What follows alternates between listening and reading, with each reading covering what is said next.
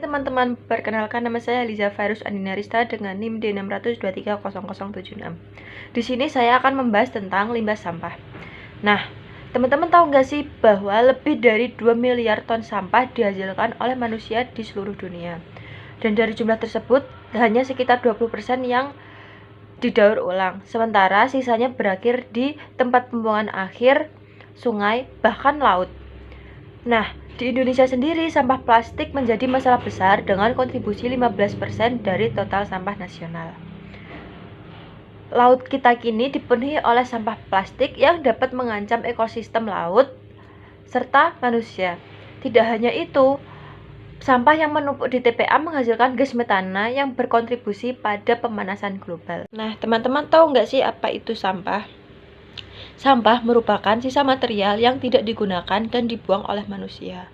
Namun, tidak semua limbah sampah itu tidak bernilai. Nah, di sini ada 3 jenis sampah yang harus diketahui oleh teman-teman. Yang pertama adalah sampah organik. Sampah organik berasal dari bahan alami yang mudah terurai, seperti sisa makanan, daun, dan limbah dapur. Contohnya adalah kulit buah, nasi basi, atau sisa sayuran. Yang kedua yaitu sampah anorganik. Biasanya sampah anorganik ini sulit terurai dan membutuhkan waktu yang lama, bahkan bertahun-tahun untuk hancur.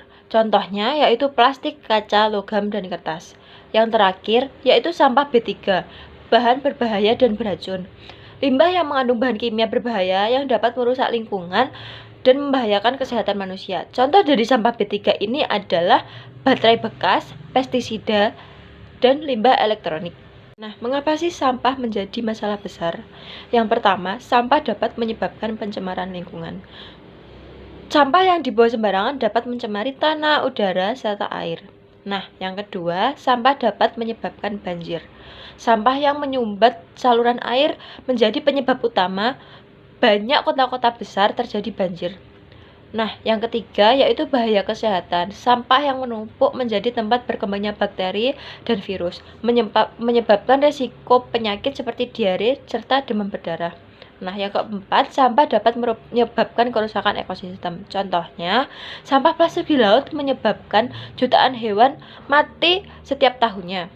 Namun, masalah ini dapat kita atasi bersama dengan pengelolaan sampah yang lebih baik dan mengubah perilaku dalam kehidupan sehari-hari. Adapun tindakan yang dapat kita lakukan untuk mengurangi sampah, yaitu dengan membawa tas belanja kain, botol minum, dan wadah makanan yang dapat digunakan ulang. Kita bisa mengurangi jumlah sampah plastik.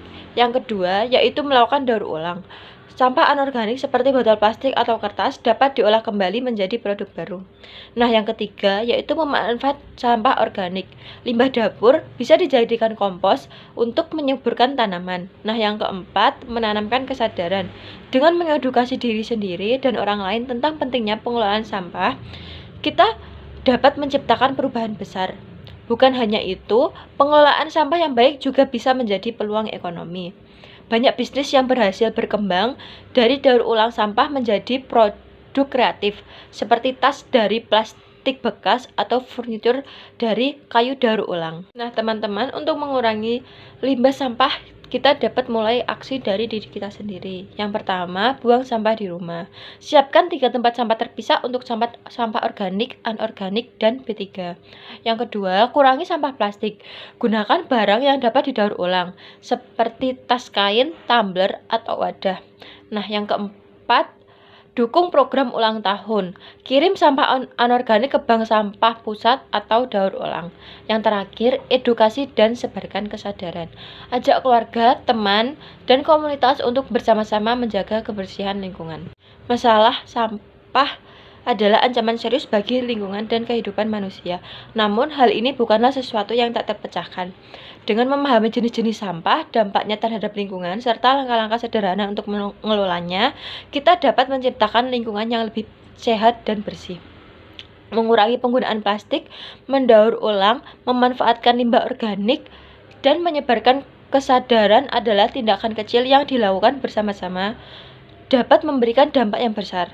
Tidak hanya membantu melestarikan lingkungan, tetapi juga membuka peluang ekonomi melalui inovasi dalam pengelolaan sampah. Bumi ini adalah rumah kita bersama. dan menjaga kebersihannya adalah tanggung jawab kita semua.